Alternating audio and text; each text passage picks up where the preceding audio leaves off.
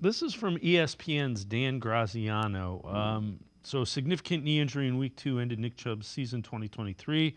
Required multiple surgeries to repair. Open camp on the PUP list.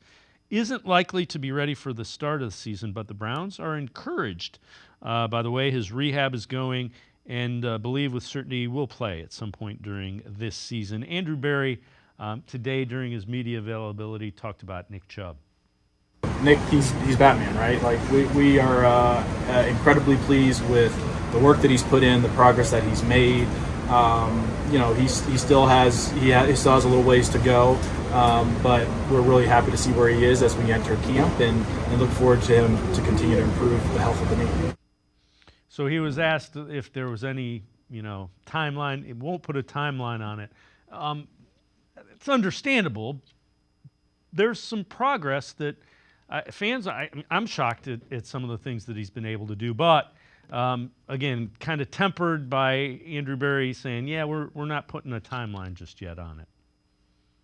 Yeah, everyone's impressed. Like not even just Browns fans, people around the league. When I talk to them, like just the amount of steps that Chubb has taken, because unfortunately for Chubb, that injury happened on national TV, so everyone got to see that and feel that reaction live, and then that kind of stays in your brain when you see someone's knee moving in multiple directions like that, and how could they ever be the same again, And to see this offseason, obviously he's a quiet worker. He's not a guy who's out there being boisterous, but these clips, they just keep coming out, and then the most encouraging thing was something that wasn't even filmed this past week when he was working on a side field on lateral agility drills, and just to hear everyone's amazement about how he looked in those drills. So it's all coming together, and they're smart not to put a timeline on it, but we're not too far off from being the opposite. And Batman wishing he was Nick Chubb. It's just the kind of effort he's putting into this rehab, and don't be surprised when he plays major impact roles this season.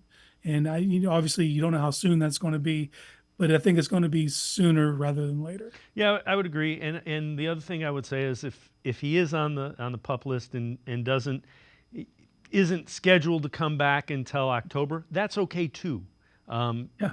because you want him later and longer than earlier. Mhm.